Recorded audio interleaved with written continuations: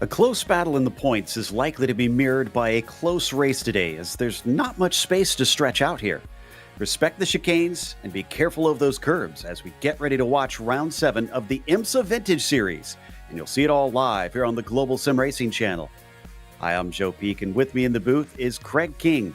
Behind the scenes is our director, Christian Duploy, and he's using cameras provided by Dougie Beard. Zolder is perhaps the lesser known of Belgian racetracks compared to Spa, but it has its own rich history. Let's take a closer look with our track guide.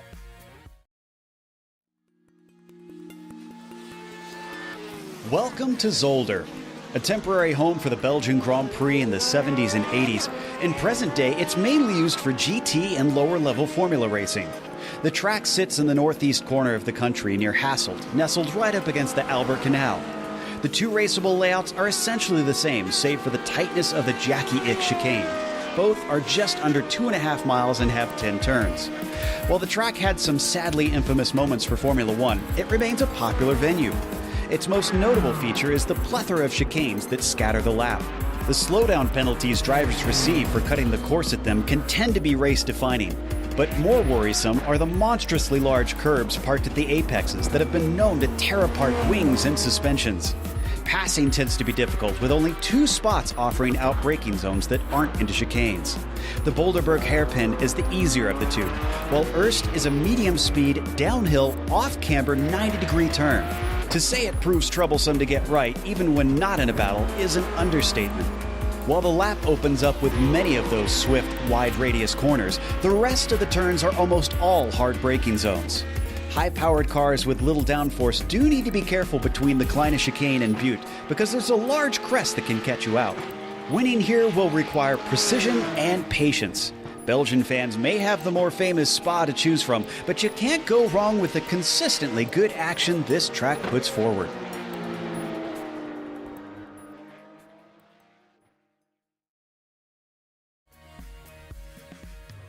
Well, it's certainly not the longest lap, Craig, and all these chicanes, it's going to make it a tricky one today. Yeah, Joe, it is about the 3 chicanes around here. It's each one will provide a different challenge with their different speeds in each chicane. The danger zone will be the Klein chicane, the first one. It's a raised chicane, so you cannot cut due to the damage it can cause as well as the slowdowns. So for those GTPs, the name of the game is getting on those brakes as fast as possible.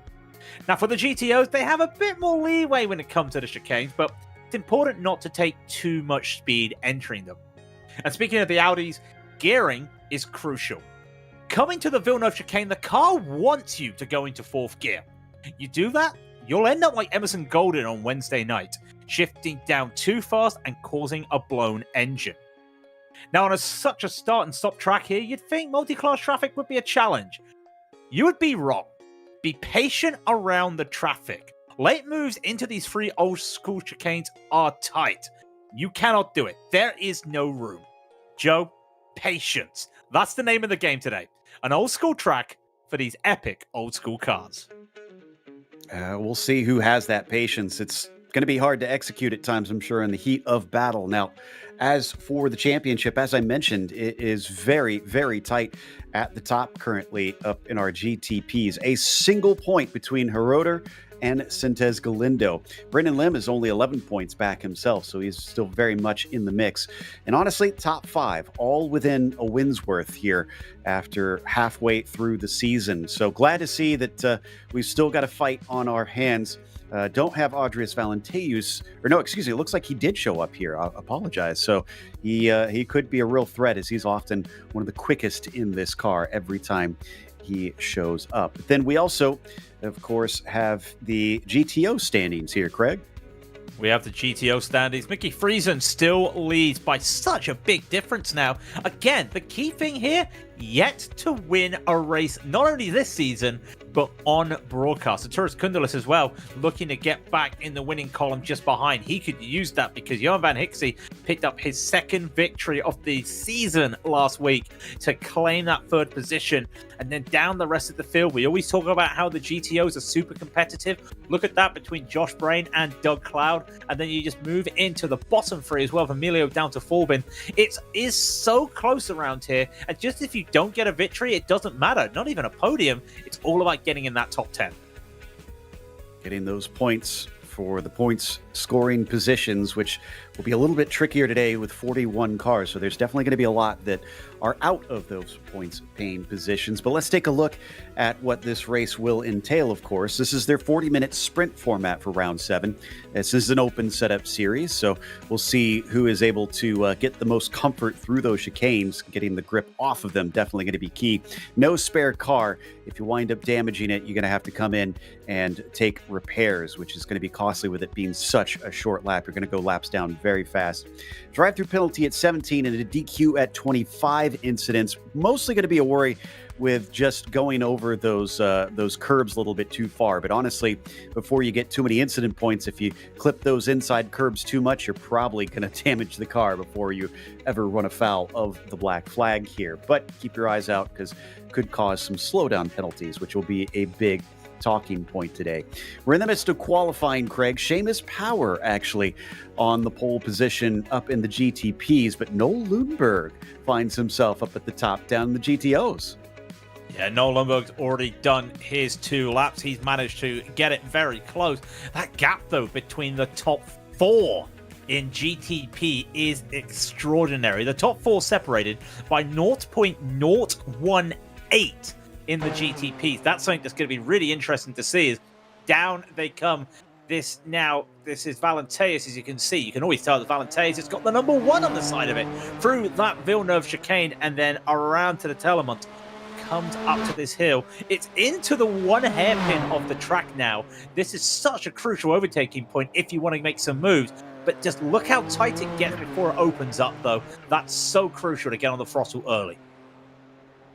Yeah, he's just come off of a win down at the Lotus 49s at Le Mans, and he's going to try and do the same here this afternoon as he'll cross the line for his first timed lap. Let's see where this places him, if that one counted, and it looks like, oh, there it is. Okay, now he pops up into 5th.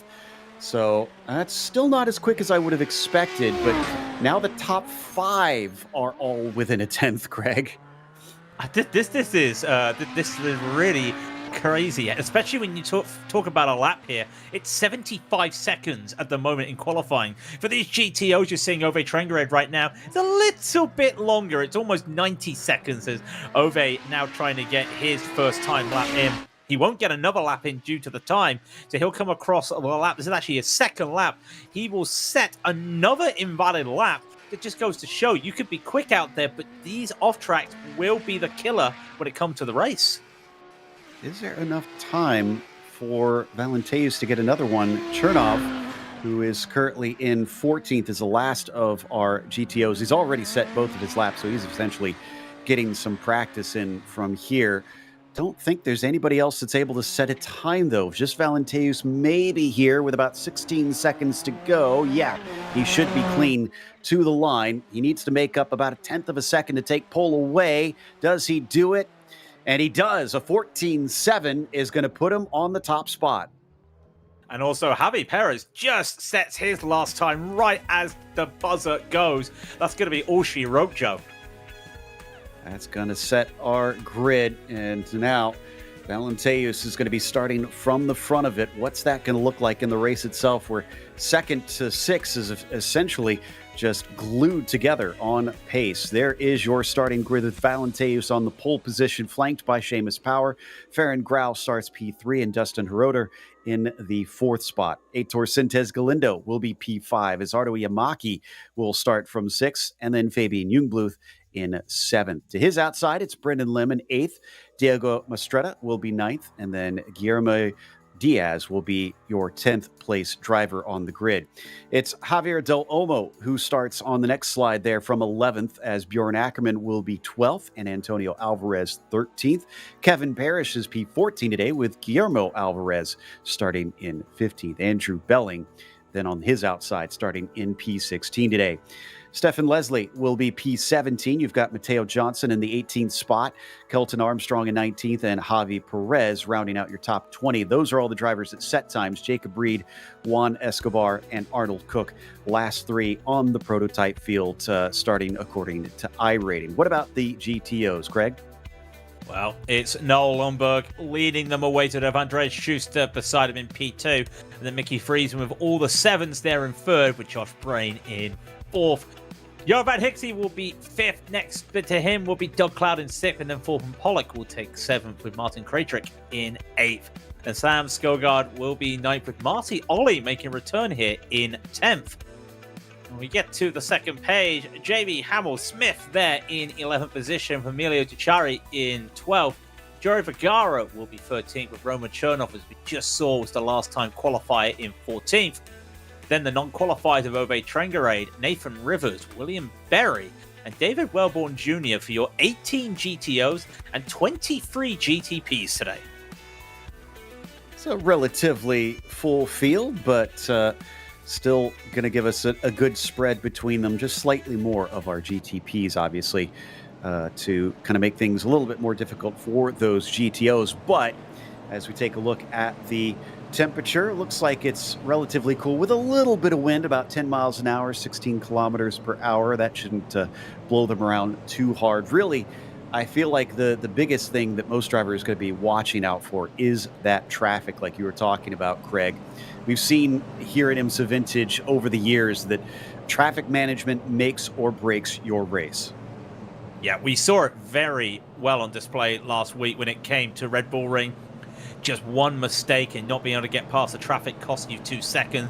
It's going to be somewhat similar out here today when you factor in the speed you have to slow down and then the speed it takes you to get back up to speed, because you have to be careful to get back on that throttle. As the GTOs, remember, they like to keep to the line they want to keep because they can't deviate. So going to be interesting to see what happens when that does go. I have heard from the drivers, I talked about that Wednesday race, a little bit of positivity when it came to the standards in multi-class and also just the general racing. It does promise on paper to be a really good race today. Here's hoping, crossing fingers. Ove Trengarade, it's going to be fun to watch, that's for sure, as both of his laps deleted, starting from the back, usually competing up towards the front in the GTOs. He should be charging his way through. And the other thing about, that racing line, trying to flirt with those curbs here, more than just the damage, I worry about these GTPs because they use the undercarriage to create a lot of their downforce. So I imagine hitting them a little too hard is going to play havoc with that, Craig. Well, not only that, if you go too far over it, you talk about the damage. What about the slowdown? It's such a short run from Villeneuve chicane all the way to the Boulderberg hairpin. There's not a lot of time to really, and with space on the track, to serve that slowdown. You could see a little bit of carnage there if we come to multi-class and a GTP needs to serve a slowdown there. So that's what I'm looking out for. It's just who takes the slowdowns.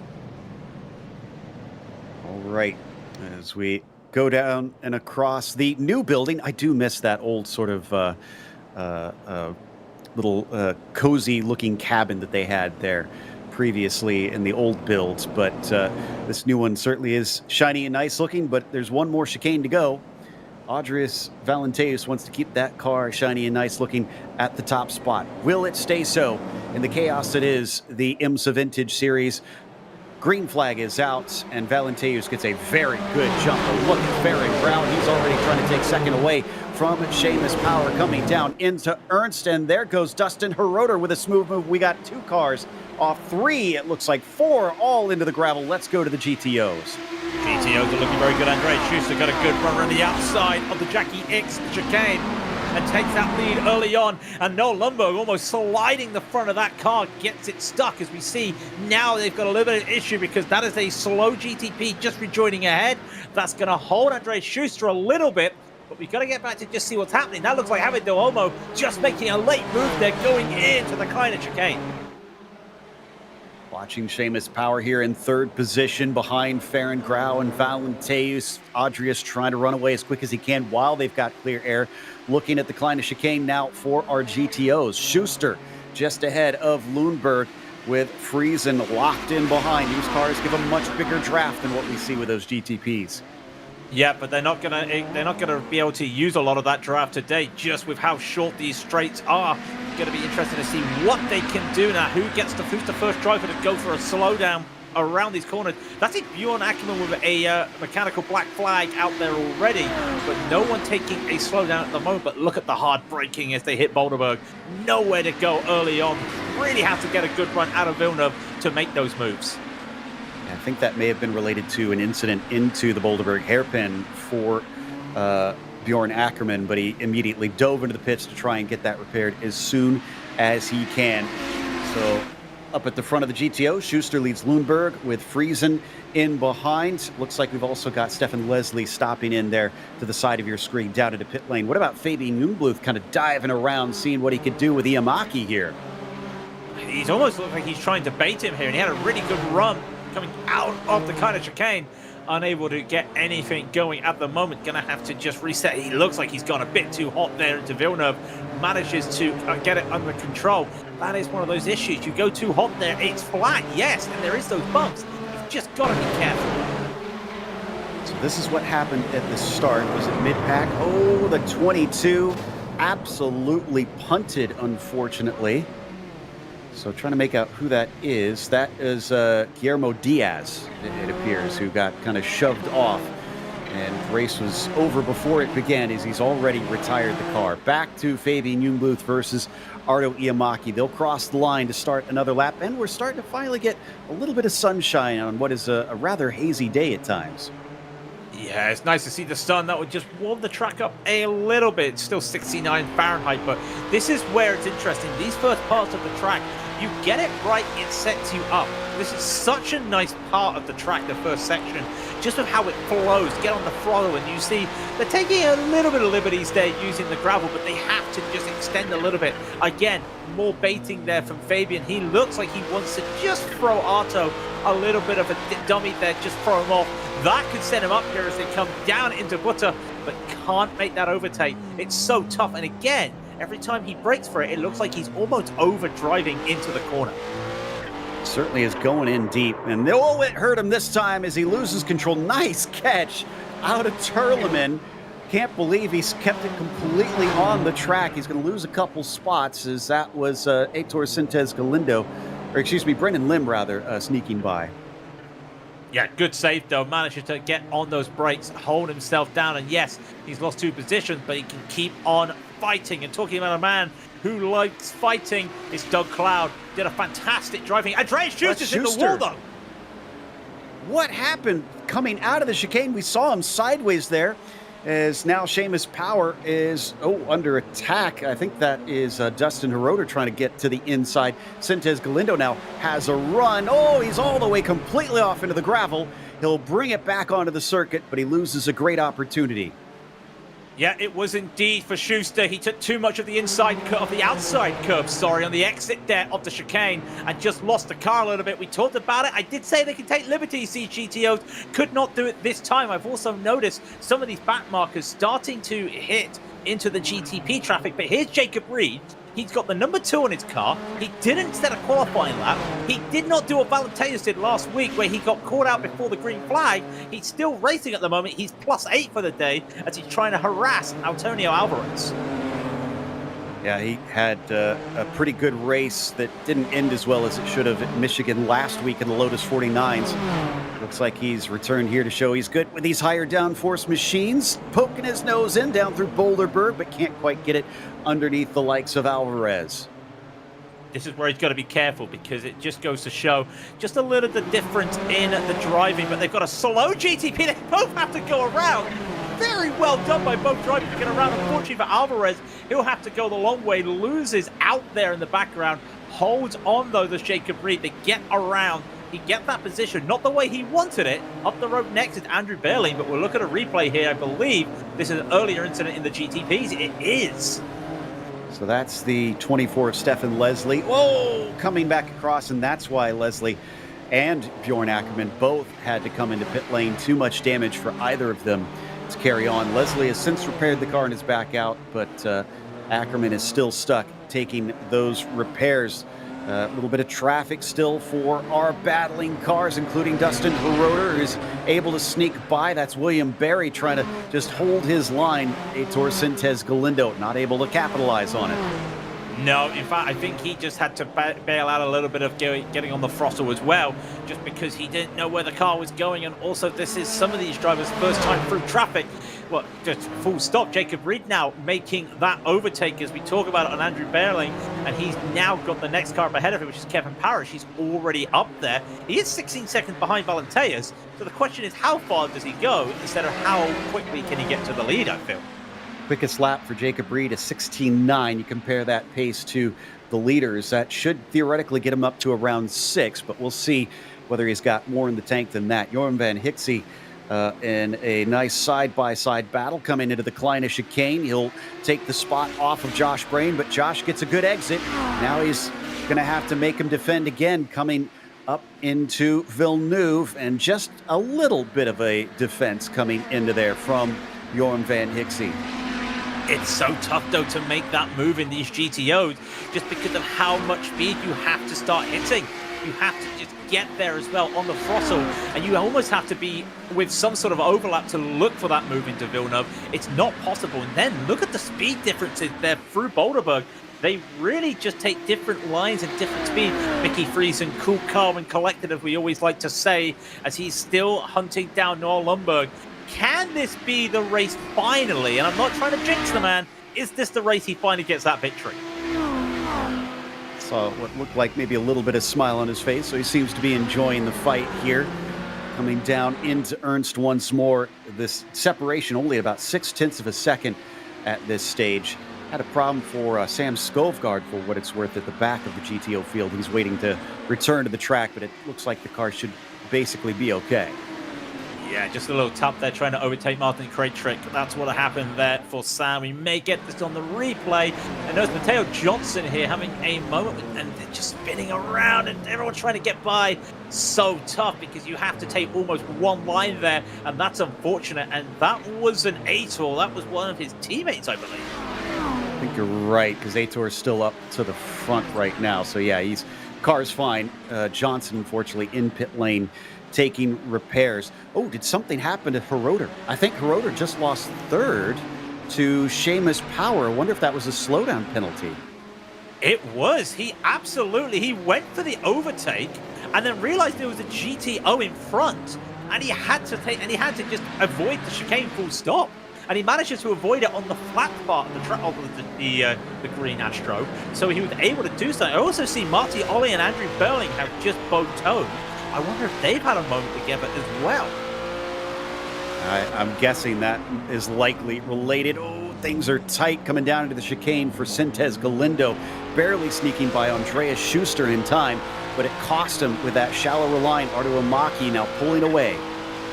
Yeah, that was a big wreck for Martioli. There were multiple cars involved in that. Jacob Reed managed to get around it. We'll look at that later. This is Aitor Sintez Galindo now.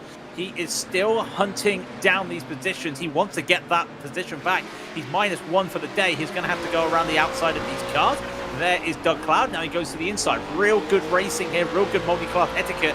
But here is Van Hixie and Friesen. How many can he get past? It's going to be one, but it's also dependent on what Arto does here. And it will be one, but it's very tight. Is that going to affect Johan Van Hixie in his battle with Mickey Friesen? Did hold him back a little bit. He was starting to catch, and now they are far separated. And in fact, he's going to use Mickey. Between the pair of them, Mickey has to lock it up to try and make the corner, and that forces Sintez Galindo off the circuit now. It was a disastrous chicane for both cars. That was almost like Aitor wanted to make the move, but Mickey wasn't there, and then there was just a bit of a mistake there. So it just looks like something happened between the two of them, a miscommunication. It feels like Aitor just wanted to get going there, but it's not a position you can get going really there, and that has affected Friesen because now he's going to be losing out.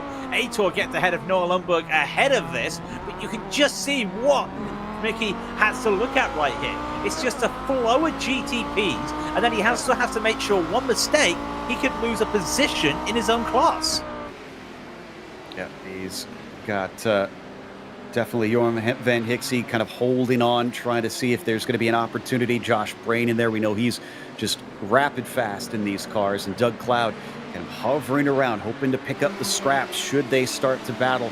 He's got a top 5 on his hands, but I know he'd want more.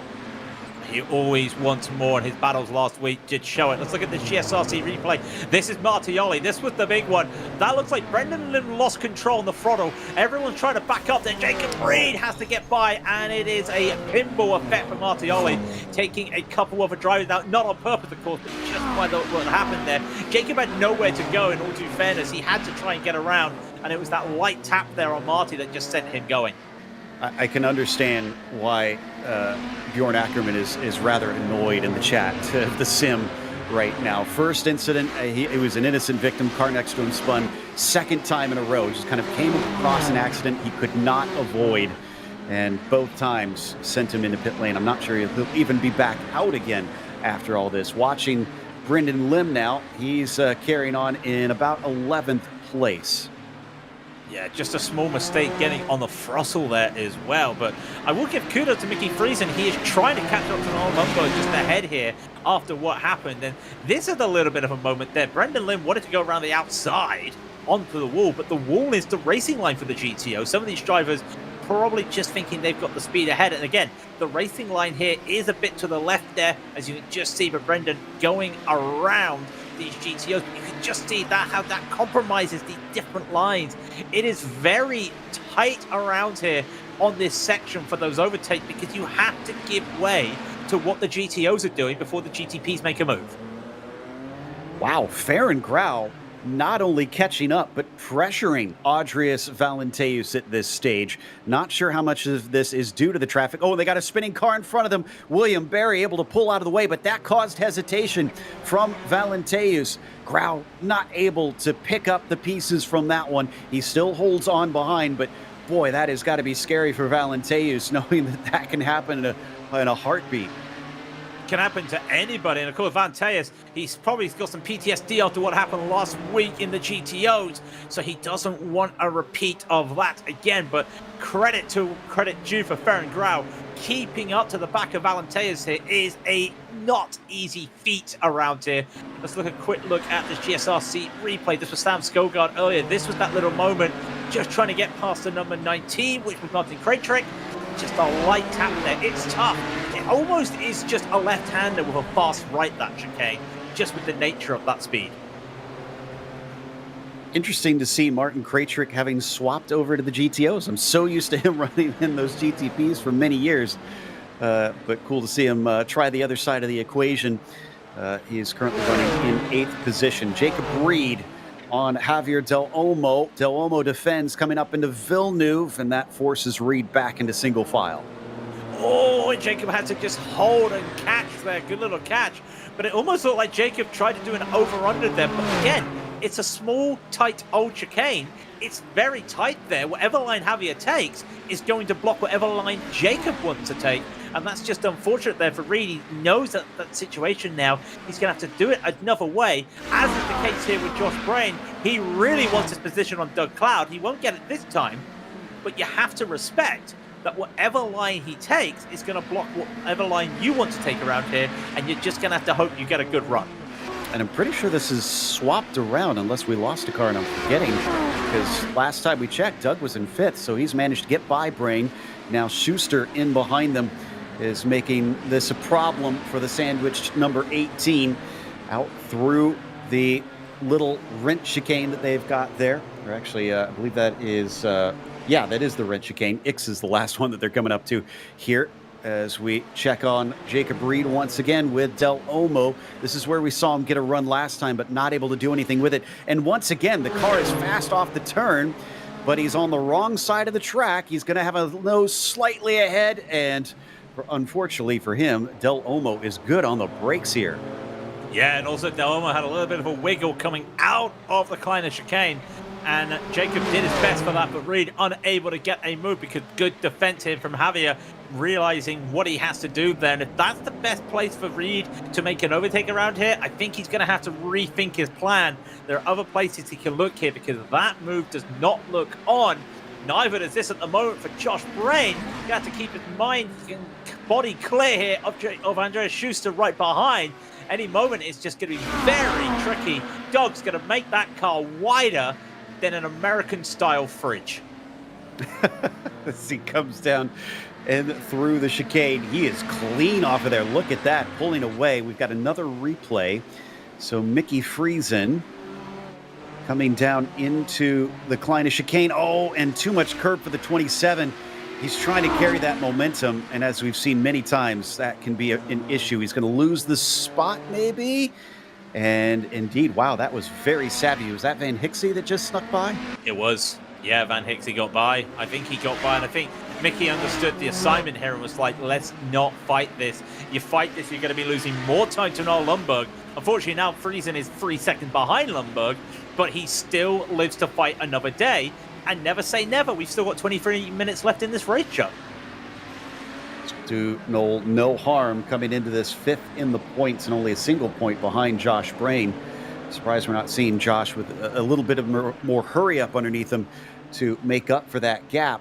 But right now we come back to Jacob Reed once again versus Del Olmo. This one just won't seem to quit, trying to cut back underneath. That was a great move there by Jacob Reed, but he can't get the inside line that he wants. This is down to the left-hander of Ernst, and they're going to go 3 wide into there. Wow, is he going to make the corner? It looks like Del Olmo just barely sticks through it, but that had to have raised the hairs of Sam Skovgaard.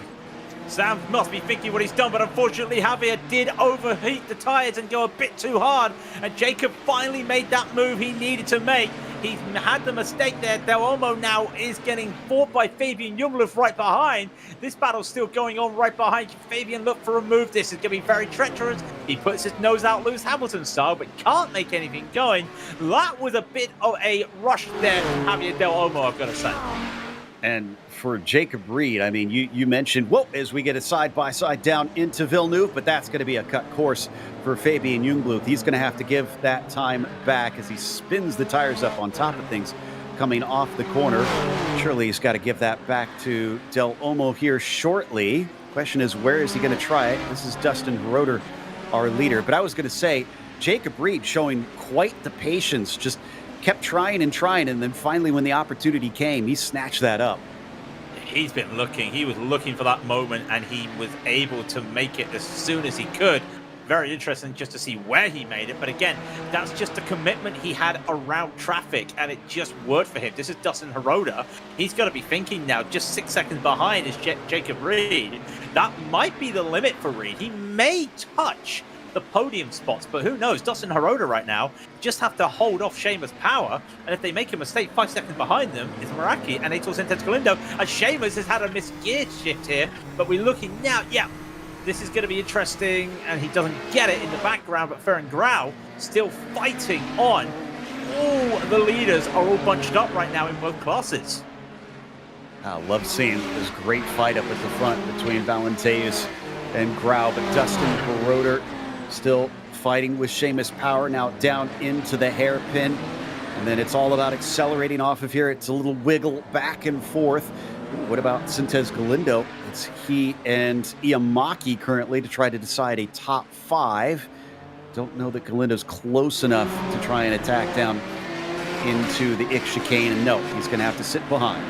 Yeah, it's going to be wide to sit behind. 2 seconds up the road is that Josh Brain, Doug Cloud battle we were looking at. So if they realize that, they're probably going to hit that battle midway through this first section. Maybe at Lucien Bianchi. We'll wait to see if they hit him at Bianchi. In fact, it's going to be earlier. It's going to be at Canal.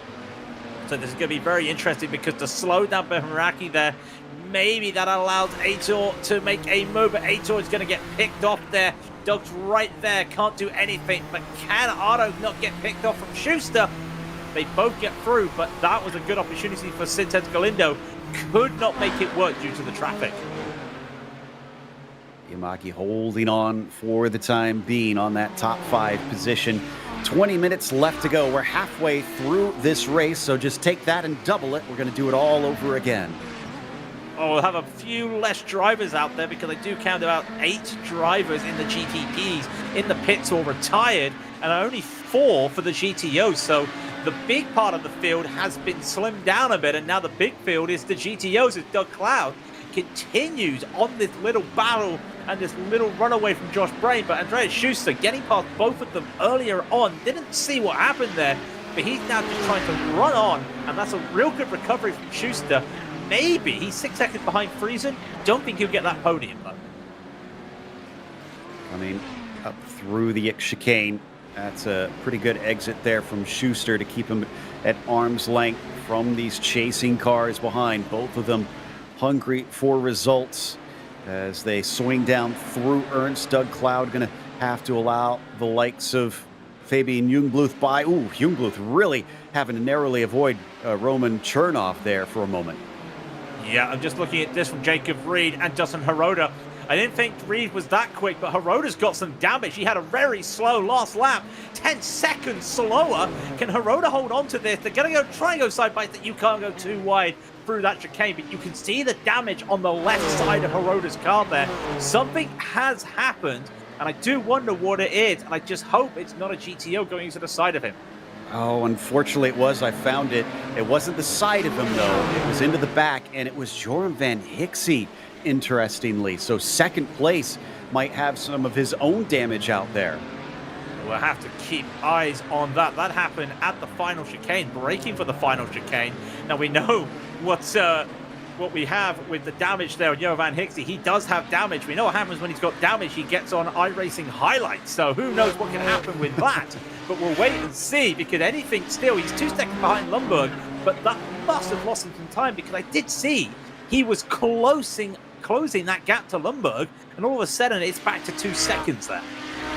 Lim gets that 11th place back once again over Antonio Alvarez. They're fighting for that 11th spot, but Lim's been a bit up and down, unfortunately, in this race, having something of a struggle today. We're watching Dustin Hirota now after his damage.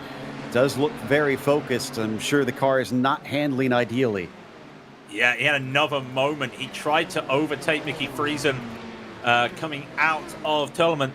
Could not make it. Almost went onto the gravel. He lost the position to Jacob Reed, then lost another position to Fabian Jungbluth. So now he's a little bit flustered, trying to now fight Fabian Jungbluth for 7th instead of defending 6th from Jacob Reed. Real good drive from Jacob Reed, it has to be said. 15 positions gained by the number 2 so far.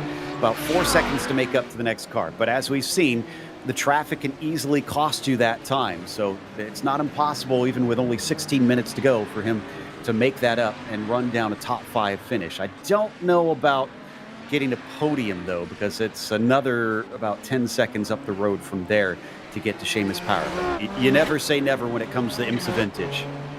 No, never say never. And I'm just looking as well, with Noah Arturas Kundelis out there today, this looks like Noah Lundberg could jump into 2nd place in the championship. And with Mickey only getting a 3rd at the moment, knock on wood, that would cause a nice little grab there for Joram Van Hixie, who missed the start of the season. Back-to-back wins, which has not been seen this season. And it's been a while, just full stop in IMSA Vintage, since any driver has done a back-to-back win. So it could be really good here if Noah Lundberg can actually perform that. It's only going to be 18 points for Friesen for this 3rd place, but as we've seen, that consistency has served him well. Lundberg through the Kleine chicane up over Buta, and then it's back down the hill and into the braking, very difficult braking, into the Villeneuve chicane as you swing off of that fast curve. He'll have a little traffic coming in behind in the form of Mastretta, and Van Hixie holding on by about 2 seconds. Yeah, it looks like that damage isn't affecting Van Hixie. Well, again, you don't have a lot of straights here to really open up the throttle in these cars. Remember, these cars, these GTOs, they kind of want to dice with 2nd and 3rd gear. Not really 4th, as I was mentioning. These cars don't really care about the gears. Ferenc Grau catching up to Valenteus once again. And again, he was about 1.5 seconds behind at one point, and he's back up now. And it's a bad exit there off the Villeneuve into Tollerman. But he's still there on the slipstream in Valenteus. He just cannot get rid of Ferenc Grau, Ken Aldrius. It's so tough out there for him. And frankly, I think that's a huge testament to Ferenc Grau. You were talking earlier about how Aldrius has that number 1 on his car. Nearly 9,000 iRating. Ferenc Grau, number 16. He's still, and well, even with the number 16, he's got 4,000 iRating, which is nothing to scoff at. But, I mean, clearly punching above his weight class. 2 weeks ago, Valenteus regained his 9K iRating with a win at Road America. He lost it last week at Red Bull Ring, and he just drives for the fun of it. He has got this 9,000 iRacing just due to just vintage car racing. Aitor Sintet Galindo's got 4K, it's still a really tight battle here. They're going to go too wide quickly. He's trying to get this fourth position against Imeraki, but you've got to feel 3.5 seconds behind is Jacob Reed. He took another second off these drivers. The question is when, not if, Jacob Reed comes up to these two. And the braking of Bianchi, where they both try to get on the throttle as soon as possible. It's a better run from Iamaki. He's been keeping him behind for much of this race. We were watching Alvarez a little bit earlier. Now his battle is no longer with Lim. It's with Mistretta to try and crack into the top 10. Yeah, and he just is his fastest lap of the race of the 17 flat. So he is really feeling that pace now. The car is starting to gel with him. Real good move, but we've got to go back in. There's a car off there. That's a pink car. That almost looks like it's Skogard. I'm not sure who that was. Haroda trying to catch as well. He's still having this little battle, even with all that damage against Javier Del Olmo now. And it is just going backwards now for Youngblood, and you've got to feel for him. Dustin is in damage limitation mode, unfortunately. I'm not sure how much he can do for this one. Well, apparently something. He's fighting back against Del Olmo with a much better exit, but look at the lack of top-end speed with that damage. And Del Olmo eventually is through. He goes a little deep. He's going to park it on the apex as Hiroder's going to try and cut back across. It was almost there. I thought he was going to do it again. He almost had it, but you could just see that speed just at the final moments there, that the speed started to go from him, all of that damage out there. These two as well, they're not damaged, and they hopefully won't get damaged, knock on wood, but there's a GTO ahead. It's Hamill Smith. He's trying to fight Martin Kredrick. Can both these cars get past Jamie? They can indeed. Laying on the brakes, Aitor has to slow down so much that will compromise his exit. They were side by side coming out of the first corner there, but can't make it. This is the late dive from Aitor. No! Both of them go off the circuit, and Aitor Sintes Galindo, I think he waits to try and let that car go first. I'm sure he feels a little bit sheepish about that one, and Iamaki eventually able to return to the track, but not before Del Olmo passes them both. Yeah, he's gone all the way down into 9th position. Hiroda's going to try and make up some positions as well. He gets past Alto, who has a slowdown there. In fact, no, it's actually Imeraki has a meatball flag from that. Well, of course, he went hard into that wall. That was Aitor. He understood that he had to keep up there with those cars. He just took one risk too many at the end of that, and just dove a bit too late. Could not get that car slowed down, and such a shame. Ardo stays out on the track. Sintes Galindo following him, but he'll inherit that position pretty shortly. So hopefully this fight doesn't get a little bit over the top. Interestingly, Ardo stayed out. I thought he would have maybe tried to go in, because there's not much more I think he can achieve by staying out, because I don't think there's few enough laps that he could just try and eat the penalty. No, not with, like we said before, a 77-second lap here, and there's 10 minutes left. Unfortunately, he's going to have to come and fight that, take that penalty one way or another, unless they decide to get the old hook from behind the curtains and yank him off the stage. We hope that's not the case at the moment, but he wants to try and fight as much as he can until he has to come in for that damage. Let's have a look once again, and this is actually a different incident. This is what happened to Skogard as he was coming out of the first chicane, and a car just goes right around in front of him. Thank you very much. Disappears. He tries to get by. Jacob Reed is there. To be fair, he wasn't hugging that line, and I feel that, yeah, Jacob had every right to take that corner. Very lucky that didn't run into him a second time, as the car had no way to stop Skogard off into the grass, and then unfortunately just kind of skittering across the chicane. But thankfully, we didn't have a massive incident into there. It is still Van Lenteus leading the GTPs, with Loenberg leading in the GTOs, and it's both separated somewhat now. Farron Grouse, the farthest back we've seen for some time at the top. Instead, this is a much better fight that we've got down for 10th position between Mistretta and Alvarez. Yeah, we're looking at Mastretta Alvarez. By the way, Ferran Grau had to serve a couple slowdowns, and it just cost him all that time. So that could be all she wrote for that battle. But Alvarez still trying to battle Mastretta here. Alvarez +2 for the day. Mastretta -1. Not been the race for Diego, but again, that -1 would be Jacob Reed coming up the order. Let's look at the GSRC replay. Look at this again, and you can see that's the moment to me that it's too late. You're already coming to the corner, and it just feels like it was just, I would almost say 50 meters too late there. You kind of have to just wait a little bit. It's one of those that, yes, you can dive with the nature of how the GTOs take the Villeneuve chicane, but it did feel like that was a very late move there from Aitor. I think once he had outbraked himself, there's nothing much he could do because they had the GTO to his outside and trying to thread the needle. I don't know if he would have been able to make it through because he just clipped the rear end of Iamaki, who again stays out for another lap. And if I'm seeing this right, this is his 4th lap right now. So at the end of this one, if he does not come in, then he will be disqualified on the spot. So I'd hate to see that happen. He's had such a good race to now.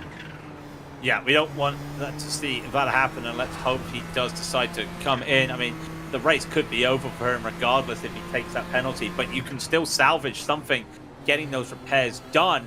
It just depends how long, but we keep looking at this nice little battle. Alvarez, he just can't get close, but again, +2 for the day, and that's not just with people he's just picking up who've made mistakes. He's had to work for these 2 positions. He's doing really well out there against Mastretta, and it's a driver you don't see a lot in the IMSA Vintage, as Mastretta as well. He's come back to race with this as well, takes a defensive line through Boulderberg, and that's going to be tough for Alvarez to go around the outside. Yeah, there's just not enough grip out there. It's too long of a line in comparison. So he'll reset to try and do it once again. I can report that Iamaki did not come down pit lane. I'm watching to see whether or not the black flag with a white cross on it is going to be given out. And so far, no, he's being allowed. So maybe he gets one more grace lap here. They're just saying, come on. We know, but come on. It's time to come in. It's almost like you're being told you've had your time on the go-kart track. It's time to come in, but unfortunately, that could be all she wrote for Iraqi. But this is still going with 6.5 minutes to go. It does feel a little bit of a possession, but where else can you make the moves? Just like Aitor Sintet Galindo, as he's battling as well. He can't really make these moves. He knows he doesn't have to make these moves, but he wants to be careful not to overdo it, because what if he gets a black flag for incident points? Yeah, that's a good point. We've seen a lot of drivers kind of test those limits through the chicanes a lot. The slowdown penalty is not the only thing you got to worry about, because that racks them up. Once you hit 17, you get that drive-through penalty. Dustin Heroder still chasing on Javier Del Olmo, and I said it's going to be damage limitation. I'm quite impressed that Dustin is still sitting in 7th. He's lost 3 positions, but remember, he's in a wounded car. This is incredible. Well, talk about wounded cars, Joe. Ferran Grau has gone around. He's gone around and he has the meatball flag. Imaraki does have the disqualification, but Ferran Grau has gone around. He has damage, and such a good race has come to an end. 5.5 minutes. There's 5 laps to go, Joe. He cannot limp that car to the finish line. Just a few more moments and he would have been able to. For those unaware, if the car has the meatball flag, you are forced to take a pit stop, or else you will eventually be disqualified, like Iamaki just now, and you get roughly 4 laps usually to try and do that. Sometimes there's some grace if it's like half a lap, but haven't quite figured it out. There's Ferran Grau getting the damage, and the Kleine chicane bites another one. Yeah, just a GTO just catching a bit too much grass on the exit there, and it just lost control and went into the side of Ferran. That's so unfortunate. It put Seamus Power into 2nd. It puts Jacob Reed into 3rd position. With 4.5 minutes left, I don't think he can catch up to Seamus Power, those 7 seconds. Jamie Hamill-Smith, though, he wants to have a go at getting more positions. He's right behind Martin Krajcik. Can't make it yet. But this is the hot battle, and the other hot battle as well in the GTOs is Doug Cloud and Josh Brain. Where have I heard that one before, Joe? up against each other a lot. But my goodness, this is why I said never say never with Jacob Reed up into a podium position. Watching Jamie Hamill-Smith versus Martin Krejcik coming down and across the hump here. This is into the braking of Boulderberg, showing himself slightly in the mirrors as close as he gets. The 28 knows he's got to be patient. Yeah, look how late he was braking for those corners there. Jamie almost had to get squirrely on the brakes there. Car was sliding as he tried to just not go into the back of Krejcik. Just goes to show exactly the difference in speed, and now Krejcik just going off a little bit. Can there be an opportunity to make moves here?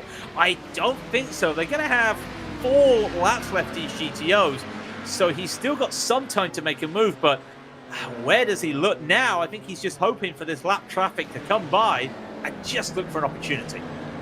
Yeah, he was weaving left and right to try and find something because Mastretta was slowed down. We didn't see it on camera, but Diego clearly being held up at times. It's somehow holding on to the position. They've got Noel Lundberg, our leader, just in front. You don't want to mess up the leader's race, but at the same time, if you are Alvarez, you've been poking and prodding to try to find an opportunity. He still is and desperately tries to get by, but it's going to hold him up.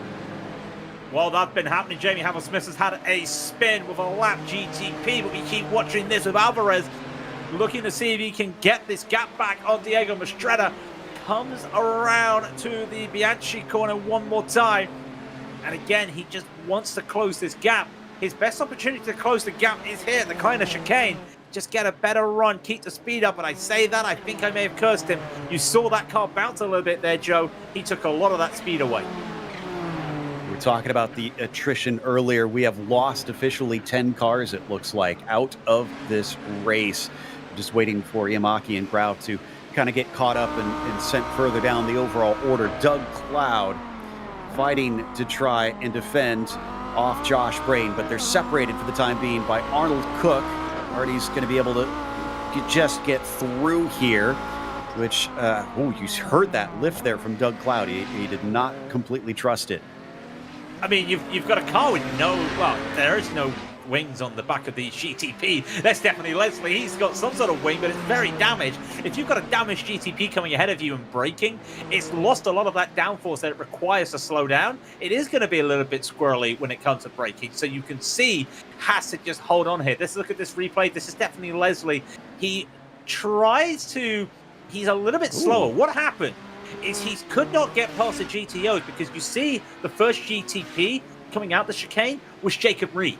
Jacob was lapping him and lapping the GTOs. There was nowhere for Leslie to go. He was slower than he would want to be. It caught Jamie Hamill-Smith off there, and that caused the whole bunch up there going into the chicane. Yeah, Hamill-Smith now a full 4 seconds behind Martin Krejcik. After that was a much tighter battle before. And for Valenteus, with Farron Grau out of the equation, it's a full 23 seconds down to Seamus Power. He's trounced the field, although the numbers definitely do not tell the entire story on this one. No, the numbers do not lie like this battle right now. We've got to talk about that later. Can Alvarez look for a move here? Best chance he's had for a while coming down into X. Not going to get it done. He's going to have to brake, reset, reload, recharge, and get a good run here. And I tell you what, he gets a really nice run, but maybe close up that corner a bit too much out there. Not going to be able to do it this time. There's 18 seconds left on the track. Valenteus is just about to cross the line. They will go one last time. 12 seconds. Yes, definitely one more time around. I was going to say they're going to get an extra lap essentially to try and sort this one out. So as we watch that fight, I can tell you that Valenteus has taken the white flag, not far behind them. Only 11 cars left on the lead lap currently. That's an absolute bomb. It has been the race of attrition, as we said. But can Alvarez, well, there's Valenteus. I'm just keeping my eyes. Can any moves happen? Valenteus can just relax around here. He's half a second faster than Seamus Power. And it's safe to say, even when he was battling, quote unquote, trying to defend off Farron Grau, he was doing fantastic work out there. So for Noel Lundberg, 2 wins this season, trying to make number 3 here today is going to help him tremendously. Of course, the drop points will probably launch him forward the further we get into the season. On top of that, Alvarez now getting that white flag just behind Mistretta. He knows he's got one to go. And behind them, we've also got Adrius Valenteus coming to the final chicane. He had a challenge this time, but it was not to be for Farron Grau. Adrius Valenteus with another victory here in the IMSA Vintage Series. It has been clean sailing for Valenteus this season, but he always has had a battle this season. Noah Lundberg will come across and he'll take the victory. The gap's 4 seconds in the end. He just kept it consistent. He did what he had to do to keep that victory. But Van Hixie, that car, it has been in the wars, but manages to go in 3 places to get that win. And Seamus has to feel happy with a P2. It does, though, feel like the best of the rest. Yeah, Friesen getting himself a podium. We come back to the battle for 8th place. Mistretta versus Alvarez. At one point, this was for 11th in the field. It's very close, coming down to the hairpin, trying to see if he could go around the outside. As we've seen, that's just not going to work. Alvarez has to back out of it because I think Mistretta outbraked himself a little into there. I think they both outbraked themselves a little bit there. I think if he didn't outbrake himself, Alvarez would have had the over-under. Still 1 corner left to come. There's a lap GTO. Please get out of the way. That's going to hold everyone up. No, and this is the respect in IMSA Vintage. Alvarez, will he take the position? No, I thought he was slowing down there for a moment. I must be honest, but there is Tim Mistretta just hitting it in reverse. We've seen that before, I got to be honest. That was a fantastic little funny finish there, but you got to feel hard battling at the end. Could not make it.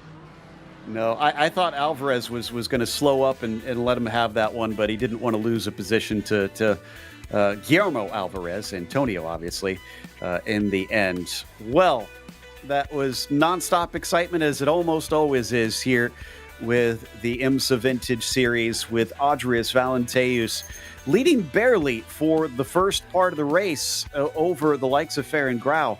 But in the end, he was the one that survived the calamity that often befalls many a driver in this series. Seamus Power behind him by 23 seconds, but like we said, it was a lot closer than that for the majority of the race.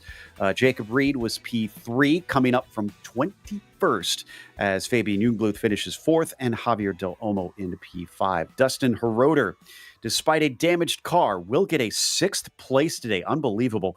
Aitor Sintes Galindo, a P7, and Antonio Alvarez, a position right at the very end into 8th. Diego Mistretta backing across the line to finish 9th where he started, and Guillermo Alvarez finishing out the top 10. From there, only one more driver on the lead lap in Brendan Lim in 11th.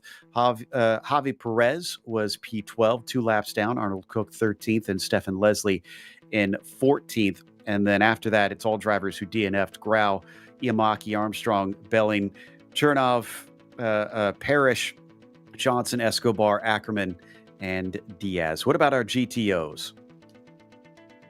Well, GTOs, it was Noah Lundberg from lights to flag.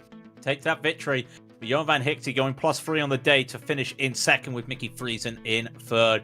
And then it's Andreas Schuster who was 4th with Doug Cloud in 5th. Then Josh Brain down 2 to 6th. Fulton Pollock and Martin Kraytrick 7th, 8th respectively, with Jamie Hamill-Smith in 9th and Sam Skogard down in 10th. 1 lap behind, being lapped, as was Emilio Dechari and Nathan Rivers and William Berry. And then Roman Chernov 2 laps down, had a couple issues out there, followed by our only 4 retirees officially of Martia Olli, Ove Trengere, David Wellborn Jr., Joey Vergara. That takes us to an interview with our 2nd place finisher in the GTP, Seamus Power. He started there and he finished there, but Seamus, you spent most of the race in 3rd, and that was kind of kicked off with the start off the line. What happened there with the green flag? Yeah, I think I was kind of expecting Andreas to maybe go a little early, like right off the little sort of chicane beforehand. So I was a little unprepared, and then after that, I think the outside isn't the best line into turn 1 anyways. But yeah, sort of just gave it to Farron and just sort of drove on from there, I guess. Well, with the way this season has been going, obviously you're still looking for, a little bit of a better finish, but this is your first podium from what I understand. Does this at least check that box off for you? Yeah, absolutely. I wasn't expecting too much showing up today. I actually, I bought Zolder a couple of hours ago. So this was a pleasant surprise, I guess. But yeah, the track seemed to flow pretty nicely. I think I maybe would have preferred the layout with the faster chicanes. But no, I'm really happy with the podium. It really sucks that Farron sort of had an incident and couldn't keep second, because I was definitely not catching up to those two. But yeah, super happy with where I ended up. Well, if you're just that new to Zolder, how's your experience with Jerez? Have you done much racing there with it being a newer track? Yeah, I think we've been to Jerez a couple of times, and I think the layout we're doing is to me, better layout. So yeah, it should be interesting. Pretty fast, kind of technical track, but I think it has that long backstretch, so that'll definitely make an interesting choice setup-wise. Certainly. Well, again, congratulations on the first podium of the season. Anybody you want to thank before we let you go? Yeah, thanks to the community for, again, another fantastic race. Special shout out to Laos, who I don't think made it today, but he's been back racing lately, which is fantastic to see. And yeah, thanks as always to you guys in the broadcast booth for super entertaining broadcasts. Thank you. And yeah, I agree. Glad to see Laust back, as that was our second place finisher, Seamus Power. In the meantime, I believe Craig has caught up with Heitor Sintes Galindo, who managed to finish 7th today, which is not going to help his points, but he was only one behind Dustin Hiroder. Yeah, with Heitor right now, and Heitor did not go the way you were hoping it out there today. A couple incidents there did not help you out there, but it looked very tough out there in terms of battling. Absolutely. Yeah, it was an awful race for me, actually. I'm not gonna lie. At first, Max Verstappen Arto into turn 1. I gave the position back because obviously I'm much better in this sort of situations to sportsmanship. And then I outbraked myself trying to overtake. I think it was Martin on the triple chicane and punted Arto again off track. And it's like, Heitor, that was the worst lap in 5 years of IMSA Vintage you've done, man. So yeah, I'm disappointed on myself. So I'm not gonna lie on this result. Points wise, yeah, it wasn't. It was good up until that moment, but yeah, again, I prefer to give points in terms of sportsmanship than having a championship while punting my rivals off track. Yeah, it was unfortunate out there. Of course, Zolder's not a track we see a lot. It's been a few years since we've driven it. So, what was the traffic like? Because we did see just have that outbreaking moment there. It looked common out there today, but it looked like it wasn't too chaotic when it came to traffic. Yeah, to be fair, it was rather in terms of IMSA Vintage, it's normal, but let's just say that being Zolder, I expect a bit worse. So it wasn't the worst race in terms of multiclass today, but to be fair, it was also 40 cars or so, 18 Audis, and I think it was like a big one in the first lap or so, because 5 or 6 Audi were already on the pit lane. So yeah, to be fair, it was rather calm, but yeah, it was today rather off. You have to send it to get into position, or you won't get any points. So yeah, it's a matter of you have to risk it to make those moves. So didn't work for me, but again, chin up and moving on to next week. We talk about moving on to next week. It is Jerez. I believe you've had some good luck at Jerez before, and it is the faster layout this time. So, what are your expectations? Are you still looking at the championship at this stage of the season? Oh yes, Jerez is one of my favorite tracks on the Nissan to make laps with. So I'm very looking forward to that. I also had a good setup last time. I think it was P2 last time I raced there. So yeah, looking forward to that. It's gonna be again another track with a lot of multi-class chaos, probably, especially on the last section with no chicane, and we decided we're gonna go over 100 kilometers an hour over the Audi. So it's gonna do, if there are 3 Audis, it's gonna be it's gonna be not gonna be nice, but yeah. Let's hope for the best for the championship. I mean, again, if I had to give up points to make a good result without picking up people, that would be good for me. But yeah, let's hope for the best for next week. Yeah, we'll hope for the best. We'll get ready to prepare for that. But before we let you go, anyone you would like to give a shout out to? Well, as usual, thanks guys for the broadcast and interview. Welcome back, Joe. It's a long time no see. And yeah, thanks guys, and see you next week, Jerez. Well, good to see you, Aitor. Thank you for coming in. Aitor Sintes Galindo finishing 7th on the day in the GTPs. The folks here know how to make me feel loved. So thank you to everybody for asking for me back. I did miss getting to call IMSA Vintage, but I just want to extend a big thank you to the IMSA Vintage community as a whole for bringing us back for another season of coverage, as well as a thank you to the team, Craig, Christian, and Dougie. Make sure to check out our social media, our website, and our merchandise store. And also don't forget to subscribe to our YouTube channel so you don't miss a moment. Like we said, next time out, we're going over to Spain for Jerez. It'll be Saturday, November 2nd at 1 p.m. Eastern. But be sure to check out our other broadcasts that we have listed here. And until next time, race clean, race hard, and we'll see you on the track.